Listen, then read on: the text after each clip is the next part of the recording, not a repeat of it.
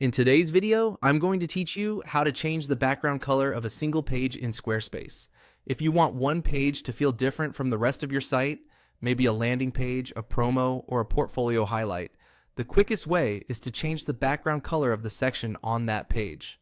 Squarespace handles color at the section level, which is perfect for creating contrast and visual hierarchy without you designing your entire site.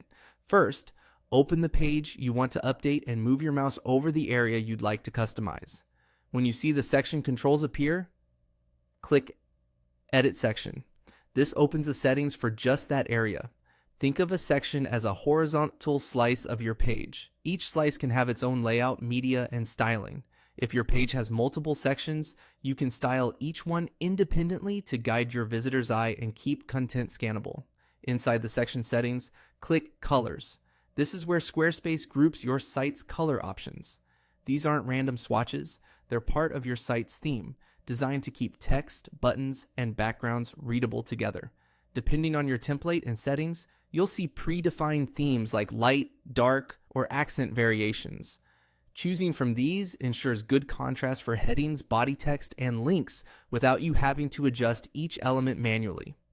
Now, select the color or color theme you want for this section.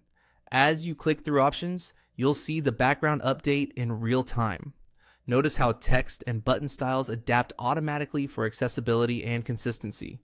If you're going for a bold look, an accent or dark theme can make call to action buttons stand out. For more subtle sections, like testimonials or FAQs, a light or neutral theme keeps things clean and easy to read. Aim for enough contrast that text is legible at a glance, especially for longer paragraphs. A few quick tips as you choose. Align the section color with your brand palette so the page still feels like part of your site. Use stronger colors for high priority content and softer tones for supportive content. If your section includes images, check that the background doesn't clash. A simple solid behind text-heavy blocks often works best.